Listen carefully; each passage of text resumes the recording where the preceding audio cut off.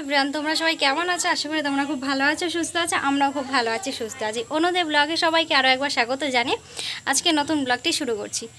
তোমরা লক্ষ্য করেছো কিছু? লিপস্টিক পরে আছি আর কাজল পরে আছি, কারণ হচ্ছে শর্ট ভিডিও বানাচ্ছিলাম, সেই জন্য ওই অবস্থায় তোমাদের সামনে আবারও চলে আসলাম। আজকে বিকেল থেকে ব্লগটা শুরু করছি, কারণ অনেক দিন হঠাৎ করে মাকে বললাম একটু শশা কাটো, তারপরে শশা কাটতে গিয়ে বারণ করা লাগবে, শশার কাটতে হবে না, থাক একটু আলু কাবলি বানিয়ে ফেলি। সেই জন্য প্রেশারে দেখো মা ওখানটাতে আলু সিদ্ধ দিয়ে দিয়েছে, আর ঘরে যাদের উপকরণ আছে তাই দিয়েই আলু কাবলি খাবো। তো যাই হোক, চলো এখানে আমি এবার ভাজা মশলাগুলো একটু ভেজে নেব, আর তেঁতুলও আছে, কোনো অসুবিধা নেই। বাইরে না পেলে কি হবে, তো ঘরে করেও খেতে পারবো। তো যাই হোক, চলো দেখো পুরো প্রচণ্ড ঘামছি আমি, এত ঘাম দিচ্ছি, গরমে ঘেমে যাচ্ছি। একটু গা ধোবো, গা না ধুলে আমি থাকতে পারবো না, কারণ প্রচণ্ড পরিমাণে গরম লাগছে। আর রুটি বলতে একটু পরে করব, দেখি। আর তরকারি কী করি সেটা সন্ধ্যাবেলায় ডিসাইড করব কী তরকারি হবে। তো যাই হোক, চলো তোমরাও দেখতে থাকো। আমি মশলাটা ভেজে নিই, কারণ কড়াইটা গরম হয়ে গেছে। প্রেশার কুকারে দেখো আলুটা সিদ্ধ হয়ে গেছে, তো নাবিয়ে ছুলে নেব। আর গোটা মশলাগুলো যেগুলো রেখেছি, ধনে, জিরে, গোটা জিরে আর শুকনো লঙ্কা, ওগুলো আমি কড়াইতে ভেজে নেব। তো আলুগুলো দেখো ছুলে নেওয়ার পর আমি এই শসা কুচি, পেঁয়াজ কুচি করে নিয়েছি, আর লঙ্কা কুচিও দিয়েছি। আর আমাদের ঘরেই তেঁতুল ছিল, এই দেখো তেঁতুলটা এখন একটু ভিজিয়ে রাখবো। আর মশলাগুলো দেখো আমার গুঁড়ো করা হয়ে গেছে, ভেজে গুঁড়ো করা হয়ে গেছে। এবার কতক্ষণে মাখবো আর খাবো, মনে হচ্ছে আর তস হয়েছে না।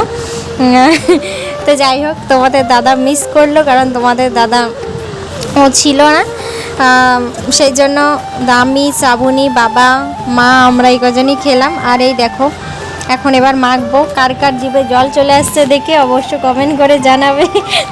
আমি তো যেমন বলছিও, আর আমার জিভের থেকে জলও পড়ছে। তো যাই হোক, দেখো সবাইকে ভাগ করে করে দিয়ে দিলাম, আর আমিও এক থাল নিয়ে বসে পড়েছি খেতে। আর এত সুন্দর হয়েছে মাখাটা, কি বলবো। আর আজকে খিদের উপর খিদে পাচ্ছে, দেখো এত আলু কাবলি খেলাম, আবার পাঁপড় ভাজছি চায়ের সাথে খাবো দেখে। আর বাবাকেও দিয়ে দিলাম, বাবা বলছে যে আরেকটুকু হবে, আমি বলছি না, এতটুকুটাই করেছি, আর হবে না আজকে। আর ফ্রেন্ড দেখো, চাটা খেয়ে এসে একটুখানি শুলাম। আর এখানটা না লাইট নেই, সেই জন্য অন্ধকার অন্ধকার দেখাচ্ছে, আর ভালো লাগছে না। সারাদিন যেহেতু শোয়া হয়নি, সারা দুপুরটা শোয়া হয়নি আমারও, শ্রাবণী আমার জন্য অনেক খেটেছে। তো এখন পড়াশোনা করছে, দেখো কষ্ট করে বোঝাবে না। আর ওই শাড়িগুলো দেখো আমি ওখান থেকে সব মেলে রেখেছি। তো যাই হোক, এখন একটু শুয়ে থাকি, একটু ফোন দেখবো, ঘুম আসবে না। রাতে তরকারি কিছু করবো না, সিঙ্গারা এনেছে, তো আর কিছু করবো না, দেখি করলেও তো বলা যায় না। এখন ডাল করবো ভেবেছিলাম, কিন্তু ডাল করলে কী খাবে? সিঙ্গারা এনেছে, শ্বশুররা তো মুড়ি খাবে সিঙ্গারা দিয়ে, আর চা দিয়ে তো রুটি খেয়ে নিল, তো আর তো খাওয়ার কেউ নেই। আর আমি দেখি আমার ঠিক নেই, আমার পেটটা আমার ভরেই গেছে। তো ঠিক আছে, চলো একটু শুয়ে রেস্ট করে নিই। তো ফ্রেন্ড দেখো, এতক্ষণ শুয়েছিলাম, ফোনে কিছু কাজ ছিল, তো ওই কাজগুলো সেরে নিলাম। অনেকগুলো লিঙ্ক দেওয়া বাকি ছিল। গিনি এত দুষ্টুমো করছে, গিনিকে এখন ওখানে দিয়ে দিয়েছি। আমি এখন যাব, আমি দুটো রুটি করব, আর তরকারি তো বললামই, আর কিছু করবো না তরকারি। তো চলো রুটিগুলো করে নিই, দেখতে থাকো তোমরা।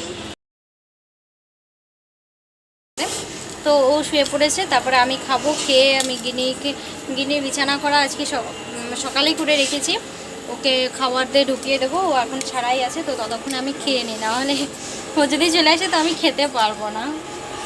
আর এখানে দেখো দুধটা আমি গরম বসেছি, আজকে কোনো তরকারি করে নিই, কারণ তরকারি করতেও ভালো লাগছে না তো। আর কানে একটু তেল দিলাম, কানে এত নোংরা জমেছে কি বলবো, সেজন্য দেখো দুই কানে সাবুনি তেল দিয়ে দিল। সারা রাত তাহলে ভিজবে তেলটা, সকাল হলে নরম হয়ে গেলে না নোংরাটা বেরোতে সুবিধা হয়। গিনি খেতে বসলে দেখো বেরিয়ে পড়বে। আমি সিঙ্গারা আর দুধ রুটি না কি বেশ নিয়ে বসেছি, যাই হোক। তো দেখো গিনি বারবার চলে আসে, ওকে ওর খাওয়ার জায়গায় দিচ্ছি, ও কোনো মতেও খাবে না, খালি ঘুরে ফিরে আমি যে খেতে বসেছি আমার কাছে চলে আসবে। আর এইদিকে দেখো আমার থালটাও সামনে আছে, আর বা হাতে করে ওকে আমি সরাচ্ছি, কোনো মতেও যাচ্ছে না, এত দুষ্ট আছে। ঘাস দিচ্ছি, দেখো ঘাস খাবে না, ওই দেখো দেখলে ঘাস খেতে চাইছে না, ও খাবারটা দেখেছে না, খাবারে আসবে। দিয়ে বাধ্যতামূলক হয়ে বাবাকে ডাকলাম যে বাবা ওকে একটুকু নাও। আর গিনি দেখো কত ছোট্ট ছিল, এখন দিন দিন কত বড় হয়ে যাচ্ছে, তো ওকে দিয়ে দেখো সরিয়ে দিলাম। তো হয়ে গিনিকে শুয়ে দিয়েছি আর শ্রাবণীও শুয়ে পড়েছে, আর আমিও এখানে শোবো। বিছানা করার কিছু নেই, নোংরা তো হয় না। তো ঠিক আছে, চলো ভিডিওটা আমি আর বেশি বড় করব না, এখানেই শেষ করবো। ভালো থেকো, সুস্থ থেকো, কালকে আবার নতুন ব্লগের সাথে দেখা হচ্ছে।